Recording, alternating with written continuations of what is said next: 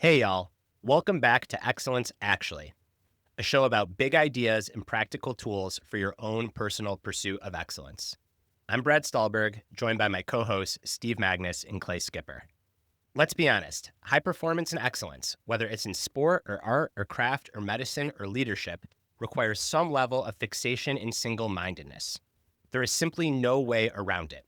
The self help industrial complex popularized the phrase, just be balanced, and a lot of people got rich off it. That's because the best way to get rich is telling people a lie they want to hear. The truth is, you simply can't have it all. You can't just lean in on everything. Life is about trade offs, and especially for driven pushers who want to squeeze the most out of their years. And honestly, that's a good thing, because when we push ourselves and go all in on worthwhile projects and pursuits that we care about, we get the best out of ourselves and we experience so much satisfaction and growth. It's a certain level of obsessiveness that makes LeBron James great. It's the same obsessiveness that makes a hit television show like The Bear so exhilarating. And it lights each and every one of us up when we get really into something. We need it, we thrive on it. Obsession isn't always unhealthy. But, and this is a big one, if we aren't careful, instead of pushing us to great heights, that same fixation, that same single-mindedness, that same obsessiveness, it can push us over the edge and blow up not only our performance, but also our lives.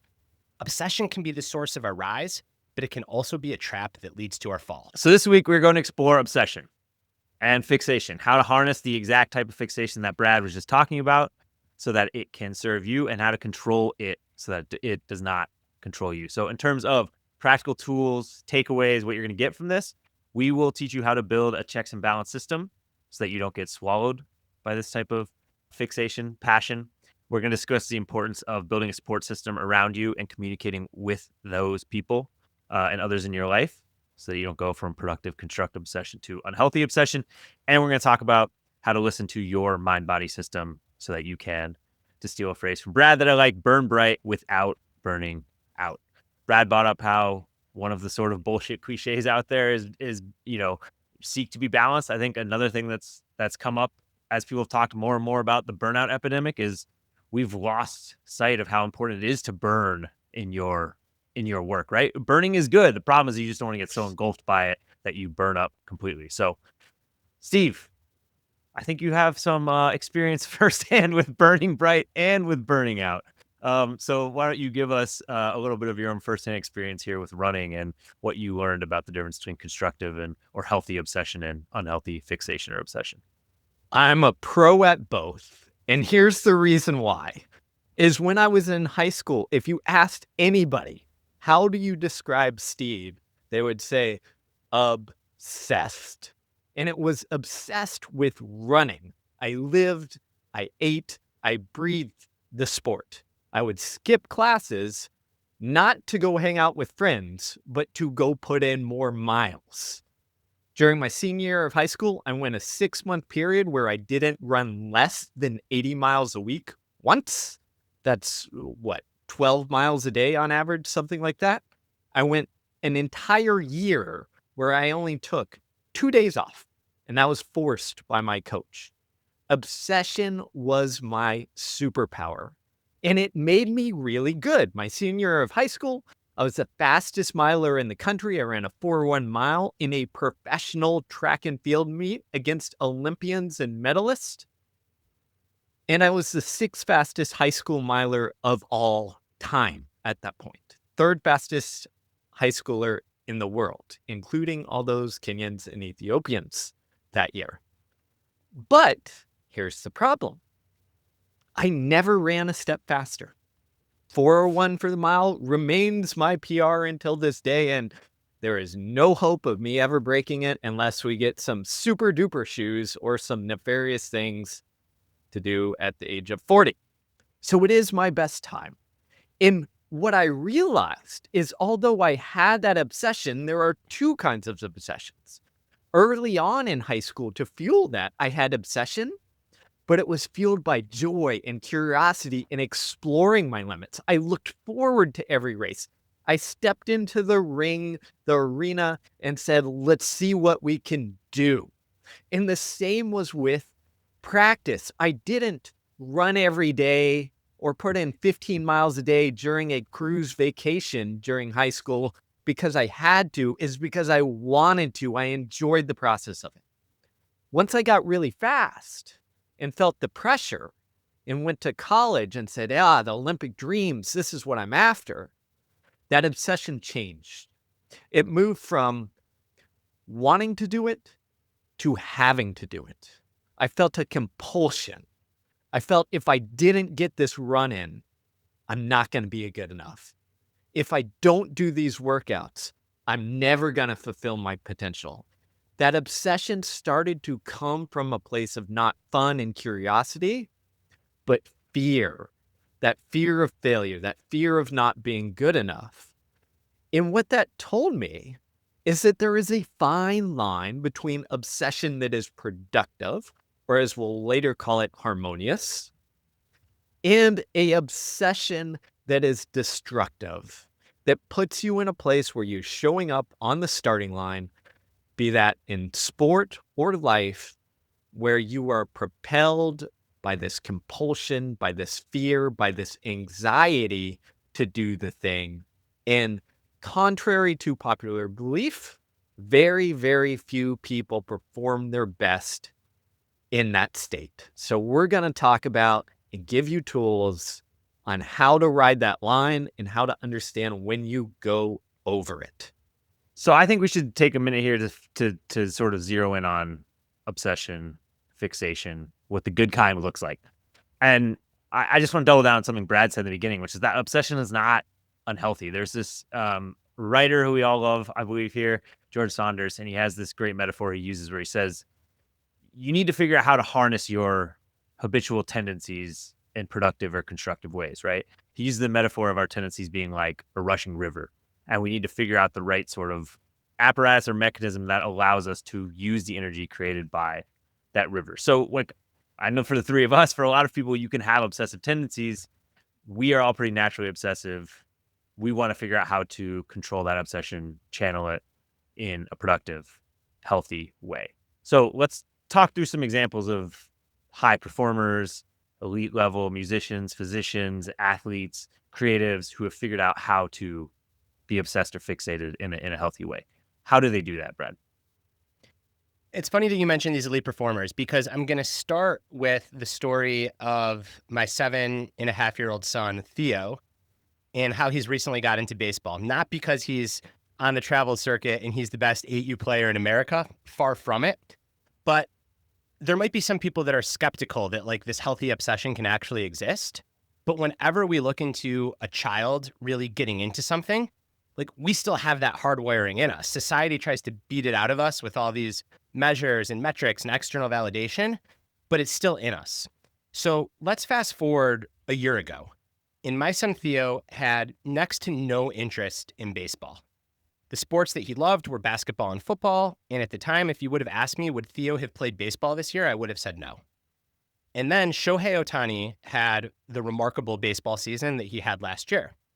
And then Theo's dad, Brad, who also wasn't following too much baseball, got a call from an editor at the New York Times and said, you write about greatness. Shohei Ohtani is having one of the greatest seasons in the history of any sport. We want you to write about it. So next thing you know, I'm watching highlights of Shohei Ohtani, and Theo is over my shoulder. Theo is starting to ask me questions.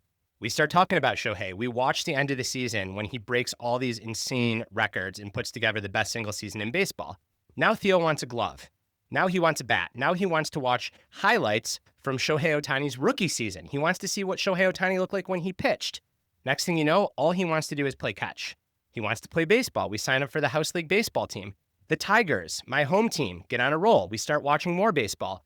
And now all Theo wants to do is play and talk about baseball.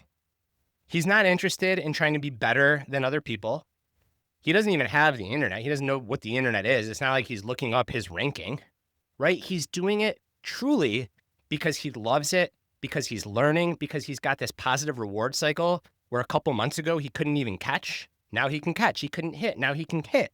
So he's seeing that the result of his effort on a very concrete task is producing tangible effects. He's getting better. That is exhilarating. That's thrilling. And he came to it because he inspired himself by looking at one of the all-time greats. What healthy obsession looks like for adults is that more of the time than not, we too are exhilarated not by the validation that we get from doing the work, but by the challenge and the thrill of doing the work itself. And much like Theo got fixated by exposing himself to Shohei Ohtani, the way that we keep our obsession healthy, we expose ourselves to inspirational stories, to great art, to great books. Now, maybe you listen to a podcast like this. You create an environment around you that fosters obsession and fixation and wanting to pursue goals and push yourself, but that fosters that based on a love and a joy and almost like a sense of aliveness and resonance that you get from your own version of greatness, whatever that means for you. And that's exactly what the research shows, Brad. One of my favorite examples of this comes from the psychologist Ellen Winter, who has the perfect name for this research. But she coined the phrase rage to master when she was looking at prodigies and phenoms among, music, chess, sports, academics, math, everything.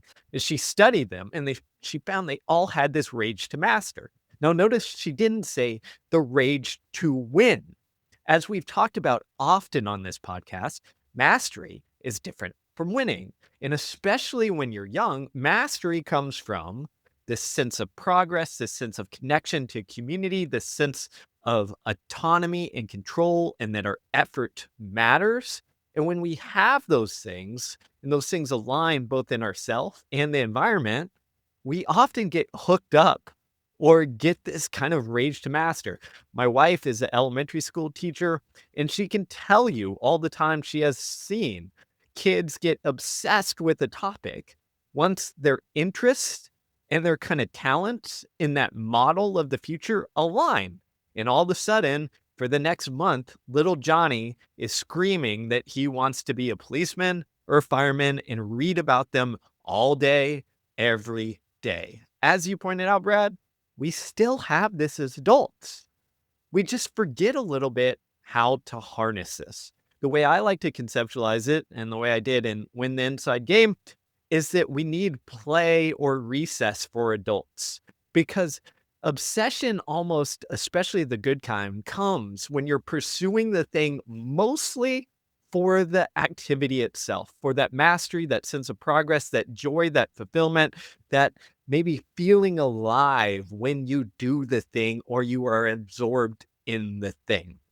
And what research tells us is that that's easier to do when we're Theo's age, because we can't get lost as much in the comparison game. We can't get lost in looking at the internet.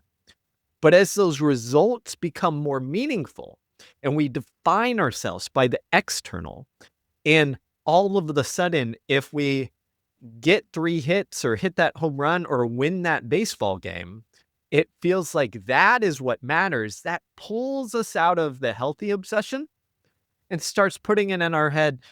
We need the validation from winning.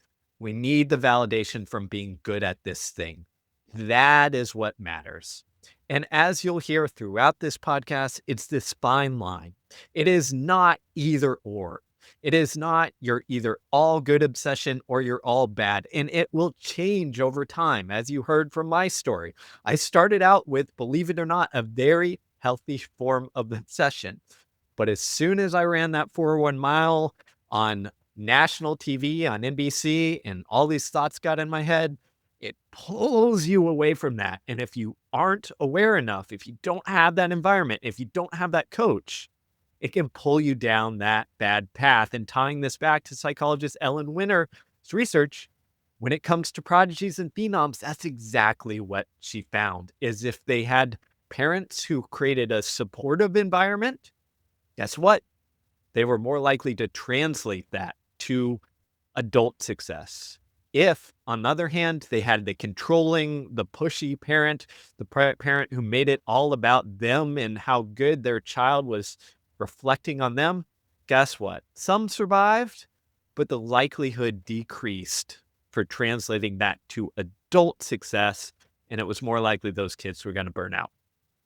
So this isn't a parenting podcast, and we're going to link this to adults in a second here, but I want to just make one more point, because I think that when multiple researchers that have these big findings are all pointing towards the same truth, we can really pay attention. Like, it gives us a strong signal. And what Steve just explained is precisely why the work of Carol Dweck and growth mindset can be summed up in one short sentence, which is praise effort, not results. Because if you praise results, then essentially what you're telling a child, or we're going to get into this, what you're telling yourself as an adult is that a good job means that you won, or that you got the promotion, or that people are talking about you, or that you're famous. That's very different than saying a good job means that you were present and focused and you gave it your all. And I think we can talk to ourselves the same way that we would talk to a child. We can take the research from Ellen Weiner and Carol Dweck, and we can use that in our own self-talk track. And when we reflect on our own relationship with fixation, we can ask ourselves, hey, am I losing myself in the work? Am I losing myself in practicing the clarinet, in training for the marathon, in writing the book, in leading a team? Or am I losing myself in how many copies I sold? Or if I got first chair in the orchestra? Or if I got promoted? Or if all my colleagues are talking about what a fierce leader I am? And like Steve said, it's never going to be all or nothing. But to the extent that we can do our own version of focusing on effort, not results, and savoring the good feelings we get from effort, not results, we do a better job of keeping our fixation of the harmonious variety. I think such a good example of this is a previous guest of this show is the violinist Hilary Hahn, right? She started playing the violin when she was 6 years old. She was playing professionally by the time she was 11. At 45, she's still playing the violin. And when we spoke to her, she was labeled as a prodigy, a virtuoso. And to go back to what we've been talking about, which is this idea that you want your obsession to come from internally and your own curiosity and exploration rather than be something that's rooted in external validation. She's over 4 decades or about 4 decades into playing. And if you go on her Instagram, she did this thing 100 days of practice where she's basically just practicing every day and doing a live video of herself doing it. And it's all about her just like exploring. And she talks about still trying to find her own musical intuition after 4 decades. And I think that's the reason why she's won 3 Grammys as one of the greatest violinists in the world, is because even though she's been doing this for 4 decades, she still in so many ways seems to be doing it from a place of curiosity and exploration. And like to be labeled a prodigy at 6 and to still be playing violin at a high level at 45 and to not have burned out, I just think it's such a good example of exactly what we're talking about. Well, this is that often separates the best of the best. Like, I know people hear this and they're like, okay, be obsessed. Like, but can you really do that? And just like Hilary Hahn, the elite people, like best in the world that I've been around, have been very similar. One that comes to mind is a coach that I've mentioned many times here, a mentor, Tom Tellez. He coached Carl Lewis through his entire career, so his highest stage. And at 90 years old, he is at the track coaching like 10-year-olds how to long jump at 90. So think about that. It is about the craft. He's not saying, oh, I once coached Carl Lewis, like, give me the best of the best. He's like, no, I enjoy coaching the long jump. And guess what? I'm probably going to do this until I die. But this is what you see with athletes. This is why you see people like Randy Johnson, or as Brad has highlighted, Ken Griffey Jr., once their baseball career is over, what do? They find something else to get almost kind of obsessed in. In their case, both of them photography, where they're striving for mastery in a new domain because you can't really play baseball until you're 90, but you have that same ingredient. When I talked to Tom House, the legendary pitching coach who has coached people like Randy Johnson and Tom Brady and Nolan Ryan and Drew Brees, when I asked him what separated the best from everybody else, he said, and I quote, "They are obsessed with the process. Winning only takes them out of it for a moment." The first practical takeaway then is something that Steve and I have written about and we continue to write about because it is so important to high performance. And that is what we call the 48-hour rule. And the 48-hour rule essentially says that after a big win or a hard loss, give yourself 48 hours to celebrate the victory or to grieve the defeat, but then get back to doing the work itself. Because what you are doing is you are reminding your nervous system, your neurochemistry, that the actual satisfaction, the actual thrill doesn't come from how great you are in the minds of other people. It comes from that mastery, that self-contained drive, the fulfillment that you get of taking on a challenge and doing it. Now, my wife is extremely literal. So whenever I talk about this, she's like, you're telling an Olympian if they just won a medal to only celebrate for 48 hours? And I say, no, Caitlin, you are very literal. It's not 48 hours is this magic number. It's the concept, right? You want to have some kind of constraints to really glow in a win or mope after a loss, but then you want to nudge yourself back to the work. Because doom spiraling and woe is me has a stickiness to it. We all know that, right? It's very common advice after a loss, like just get back on the horse. However, gloating in a win or getting that dopamine high of seeing yourself go up in the rankings and just constantly like refreshing the rankings to see how great you are in whatever it is you do, or celebrating, that also has a stickiness. That can lead to addiction to that kind of praise, but it can also lead to complacency. As an adult, we get so caught up in all the stuff around our craft, when what we really need to do is get back to the craft. It's Hillary Hahn's 100 days of practice. She's not doing 100 days of posting inspirational sayings about being a violinist to get followers. She's practicing. I like that. It's a great point. Two questions I think are worth fielding here, and we'll take them one by one, but I'm just going to raise them both here.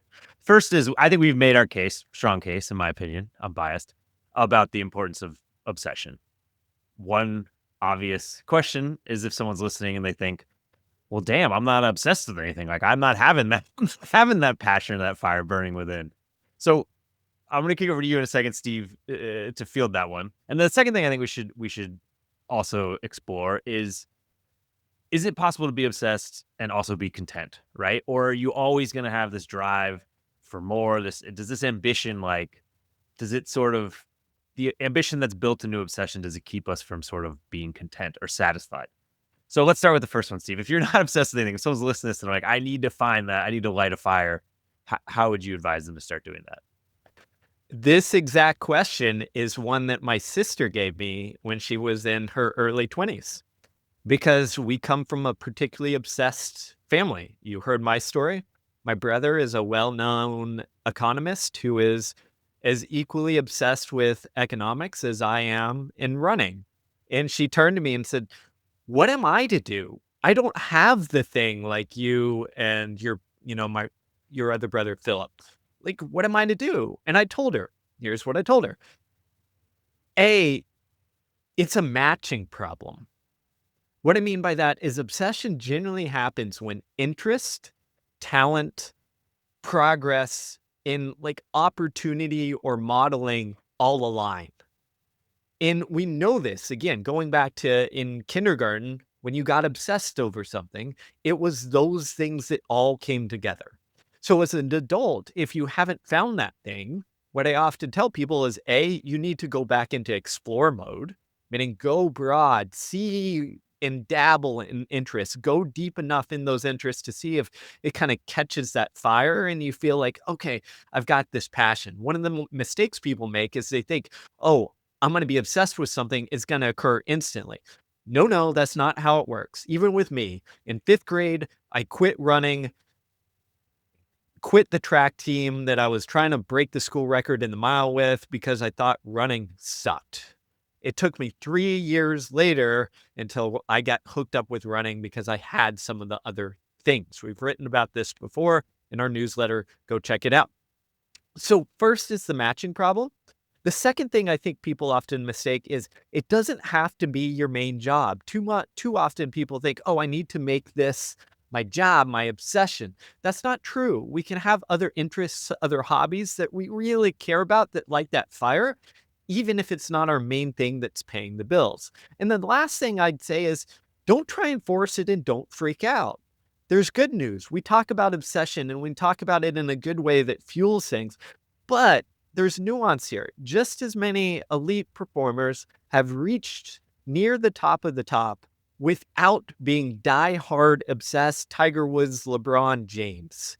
You can still make it if you care a lot, but you're not in this kind of borderline crazy obsessed. So don't drive yourself nuts thinking you have to find this, scorching passion in order to be good at what you do. All right, very well fielded, Steve. As for the second question, I'm going to turn that over to you, Brad. What to do about the innate tension between obsession and contentment, right? How do we reconcile our ambition with this fixation? Can we ever just be satisfied if we are obsessed or fixated? I think the short answer is no. And the longer answer is that humans are not wired to be content. All of our ancestors that were content got selected out of the gene pool. Because if you were an ape on the savannah and you were content and you weren't looking for a new and better climate to live in, when the heat wave rolled around, you died. If after your tribe of primates got a big kill on the hunt and you sat around and said, we're the best hunters in the land, I'm just going to sit here and celebrate, when the next famine came around, you died. So literally, your direct ancestors, they passed on their DNA so that you are here today because they were always looking over their shoulder and they were always paranoid about the next thing. They were always searching for more and better opportunities. And that is the wiring that all of us have inherited. The neurochemicals that are associated with wanting, such as dopamine, are significantly stronger than the neurochemicals that are associated with liking, such as serotonin. So our wanting drive, our striving drive, the drive to push, to not be content, to innovate, that's a stronger drive than our ability to just sit and be satisfied. I think this explains why, in order to become content, you've got to go to a monastery for years and essentially step outside of the world and focus on your breath. And maybe if you do that for a decade, you start to have some contentment. For the rest of us, no, I don't think we're wired to be content. However, I do think that we can experience a kind of deep satisfaction that is similar to contentment when we are in the process of doing something that lights us up. If you were to ask me when I'm having a great writing session, am I content? I would say yes. I'd say this is what I'm meant to do. I am just writing, I'm working hard, I'm straining. It's not necessarily easy. I might not even be in flow, but I feel like this is what I'm here to do. Or if I'm training and I'm having a great session at the gym, maybe it's not even a great session, but I'm with my friends. I'm not worried about how my numbers are, where my PR ranks me, if I've got the best deadlift in town or not. I'm just training. Am I content? I don't know if I'm content, but I'm satisfied. Now, if you were to ask me later that day, when I'm worried that my book hasn't sold enough copies, or that my deadlift isn't as much as it should be, if I'm content, I would say no, I'm not content at all. In both cases, I'm not really content, but in one, I'm deeply satisfied. In the other, I feel like I'm wanting for something more. And I think that the best that we can do is try to bias ourselves towards that deep satisfaction in the process of striving. I like that. I like that we're busting multiple myths in this episode. Another one being like, we're not wired for contentment. Don't even try. To me, we talk sometimes about the arrival fallacy, right? It's this psychological term coined by the researcher Tal Ben-Shahar. It says that we think that if we just accomplish this or we just get that, whether it's a certain income or a romantic partner or a sporting feat or a promotion, then we'll be content. And it's a fallacy because we never get content. Now, the answer, in all of our opinion, I can speak for the two of you, and my guess is many of our listeners, the answer isn't to necessarily try to force ourselves to be content. It's just to accept that, hey, I'm never going to be content. So the best I can do is find activities that light me up and get deeply satisfied in striving and try not to get caught up in all the external stuff around it. So let's move on now to systems we can put in place. At the top of the episode, we mentioned checks and balances. What should people do if they're compelled, they're fixated, and they can't stop, right? Let's look to to high performers, as we always do, people who are excellent in their craft and their pursuits. What sort of systems do they build in to keep themselves from tipping into that unhealthy obsession? So here, what I would say is from the world of sport, I think there's some great examples. It is that you have to know that the obsession is going to push you to narrow, to only care about the thing, to do all the things that we talked about, to not have the broad perspective. And to use a quote from rugby star Johnny Wilkinson, who, for those non-rugby aficionados is like the LeBron James of rugby. I'm just going with what other people tell me because I really have no idea, but that's what I'm told. Star all-timer. He said, you have to find some way to take the jersey off. And I'm going to quote him. The massive gain, the 10 to 20%, came from realizing that if you want to explore your true potential, start learning to take the shirt off. And what he meant by that is, so often we become the jersey. We see ourselves only through this lens of the thing that we're obsessed with, and that can propel us to a high degree. But if we don't have something that reminds us that, hey, put that jersey aside. Hey, after the game is done, if you're like Patrick Mahomes, you got to go spend some time being in dad mode, just for enough time so that you have that jersey off. We know this because research backs it up. There was a research study that looked at Nobel Prize winning scientists and compared them to scientists who are a rung or two below, who never reached the top of the top in their field. What they found were Nobel winners were 22 times more likely to sing, perform, or act, 12 times more likely to pursue some sort of creative writing. They had hobbies. Those a rung or two below were more singularly focused on science itself. And I think for the rest of you out here, if you're the obsessed type, we're not telling you to be balanced, but what we're telling you is that you need just a little complexity, just a little bit of something else to be able to take that jersey off so that you can come back and do the thing to the level or degree of commitment that is required that makes you great. I love that, Steve. I think that it is so practical and so tried and true. I think that sometimes people hear that and they think, well, intellectually, this makes perfect sense. Of course. But when I'm actually doing the thing, when I'm training for that marathon, when I am in my fellowship of surgery, I simply can't turn it off. Like, it is painful for me to turn it off. It feels like I'm going through withdrawal. What do I do in those situations? And here's where I think you actually need some fairly rigid rules. Now, if you listen to our first episode, our inaugural episode of Excellence, actually, we talked about how we often need a lot of flexibility. And sometimes in the performance space, we focus too much on like, I will do this 100% of the time and I need to optimize. I think in the case of obsession, rigid rules actually go a long way. And in particular, it's helpful to have a couple of daily non-negotiables. And maybe they're not daily, maybe they're weekly.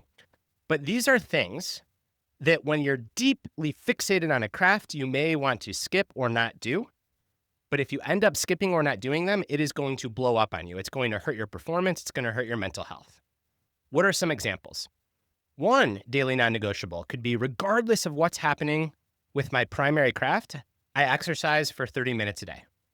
Another one could be that I meditate for 10 minutes a day, or at least 4 nights a week, I eat dinner with my family. I have a family dinner. Or I do everything I can to shut down by 7 p.m. so that I have a legitimate chance of getting a good 8 hours of sleep. Or I go to church or synagogue or the mosque or whatever your spiritual thing is on Sunday. It doesn't have to be all these things. Oftentimes when you are really fixated on something, it's not all those things.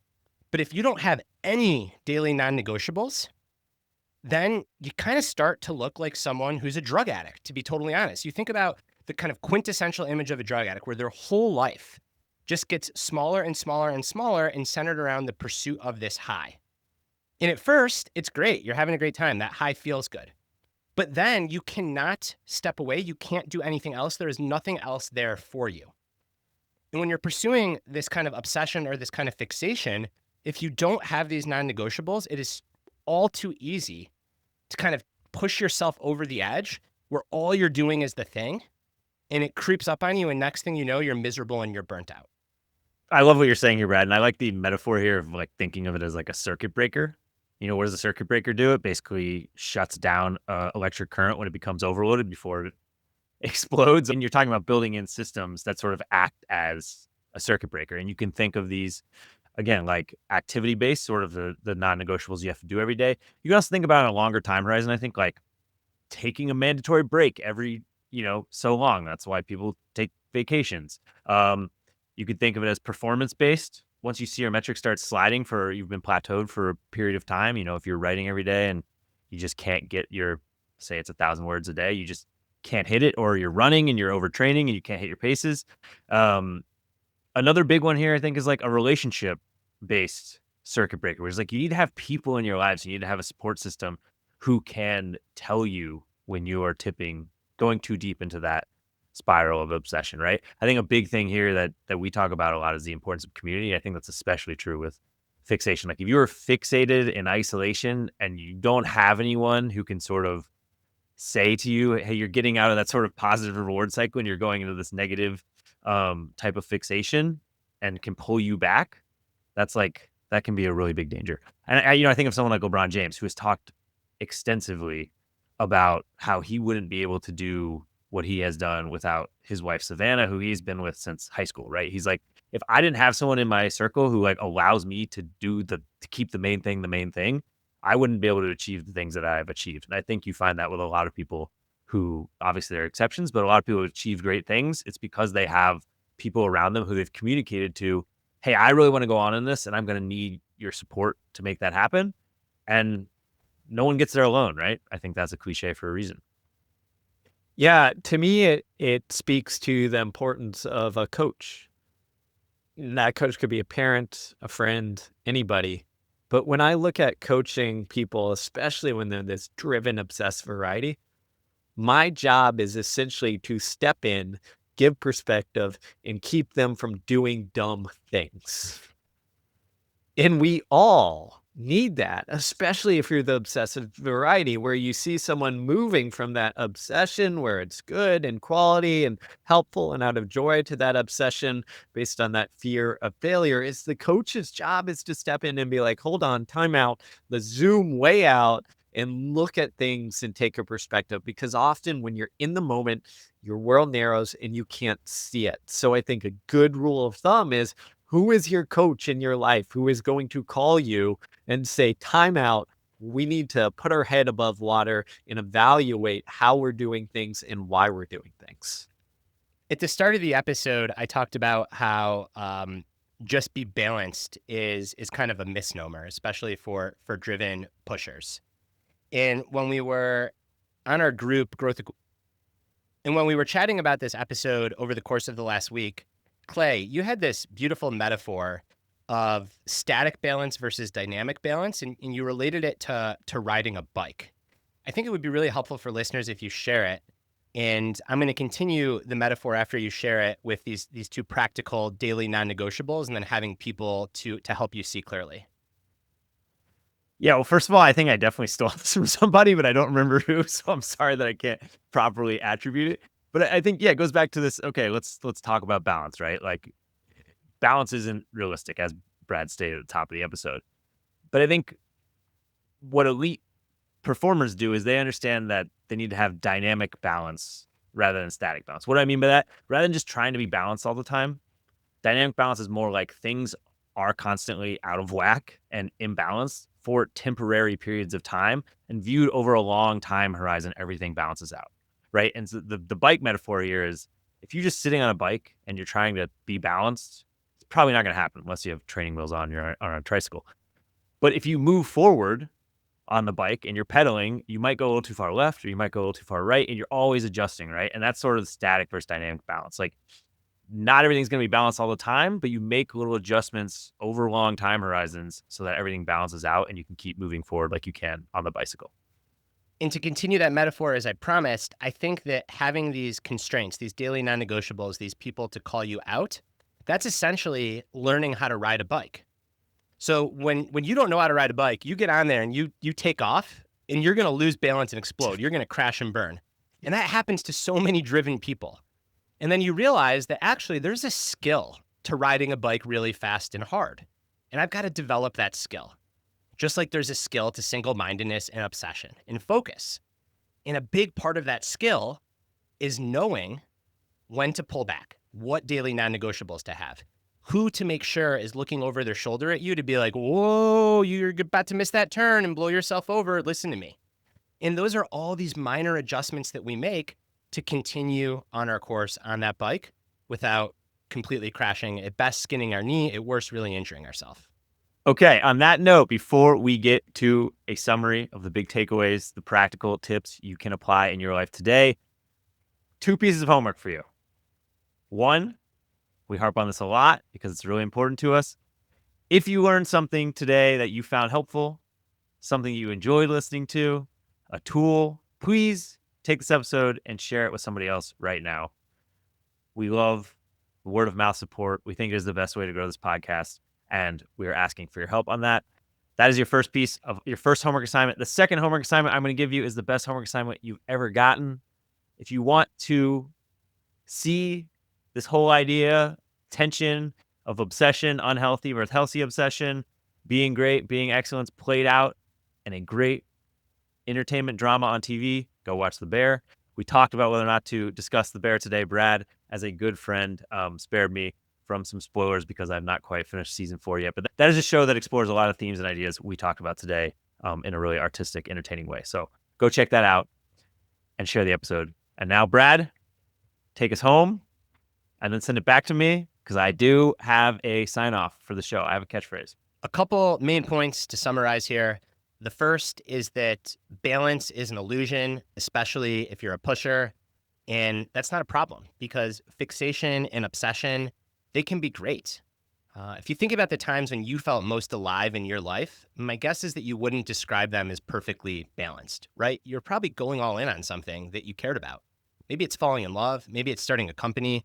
Maybe it's doing research. Maybe it's training for a sporting event. But my guess is that you are more on the scale of fixation than you were on perfect balance. Now, there's a big difference between doing the thing and being obsessed with the actual activity itself versus seeking validation from the thing and being obsessed with all the validation that you get from it. And we're never going to be all or nothing, but to the extent possible, we want to keep our motivation, our intrinsic nature of the craft, just that. We want to keep it intrinsic. One way to do this is to practice the 48-hour rule. After big wins or tough defeats, give yourself 48 hours, but then get back to the craft itself. Another way to cultivate the good kind of obsession and fixation and single-mindedness is surround yourself with inspiration. Read good books, listen to good music, see good art. The more that you can put yourself in the way of beauty and inspiration, the more your own fixation will grow in a healthy way. And finally, the metaphor that I think will stick with me and hopefully you too is once you are on that bike, you don't want to just crash and burn. You've got to learn the skills to ride a bike. And being obsessed, being fixated, pursuing something, trying to be excellent is like riding a bike. And something that's going to help you balance is having these daily non-negotiables that you don't give up, come hell or high water, even if it is painful for you to pull away from your craft. You pull away to do these things because it's what's going to keep your fire sustainable so you can burn long and not just out.